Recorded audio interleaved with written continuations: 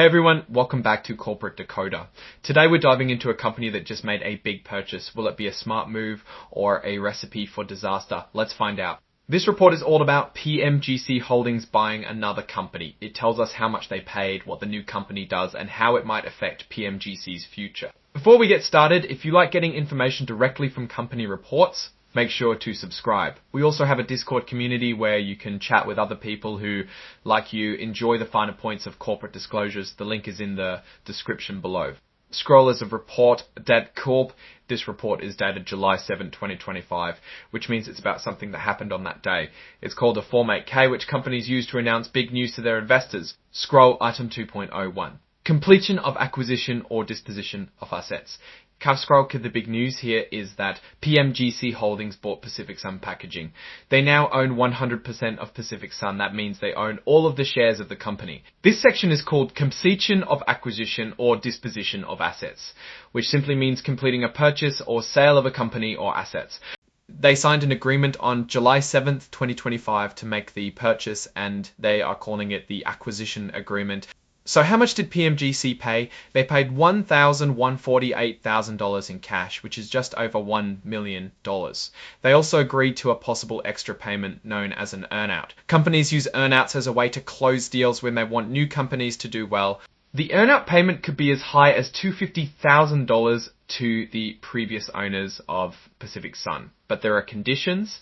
Pacific Sun Packaging has to bring in $1,145,915 in revenue for the 2025 fiscal year and cannot take on any debt to achieve it. So, they need to make $1 million in revenue without borrowing money.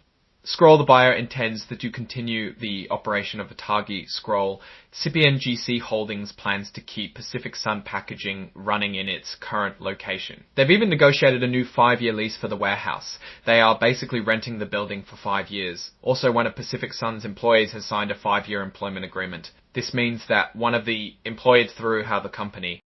The details described in this report are not the full story. To see all details, you should view the full acquisition agreement that is filed as an exhibit with the report. This part of the report talks about a press release. The company made an announcement to the public via a press release about the purchase. The company put out a press release dated July 10, 2025, announcing the deal. This is how companies share news like this with the public.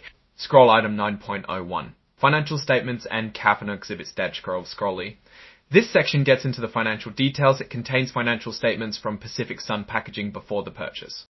We can see Pacific Sun Packaging's financial information for the years 2024 and 2023. There are also unaudited statements for only the first 3 months of 2025.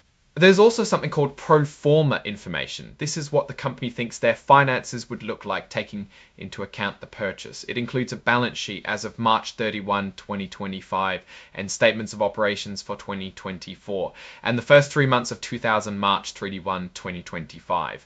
The actual financial numbers for Pacific Sun Packaging are attached to the form. This includes their reports for the years ending December 31, 2024 and December 31, 2000, December 31 to risk 2025. These financial statements are important because they allow investors to see the company's finances. This is used by investors to decide if they want to risk their money on investing in that company. Tana, let's take a quick look.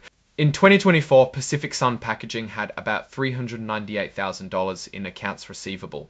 Accounts receivable is money owed to a company by its customers. In 2023, they'd had about $260,000 listed. In 2024, their total current liabilities were about $365,000. Liabilities are amounts of money that a company owes to others. In 2023, it was around $200,000, so it almost doubled. And as for total revenue for 2024, Pacific Sun brought in around $1,145,000, and in the previous year brought in around $951,000.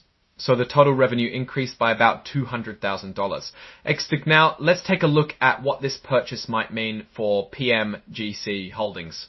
PMGC is betting on getting a good company in Pacific Sun. The financials show that the company has good positive growth, but if Pacific Sun doesn't continue on that path, then the company may have wasted their money, as that extra $200,000 in revenue sees management is hoping that they'll maintain that growth by the end of 2023. And 20C's management is hoping that they'll maintain that growth by the end of 2023.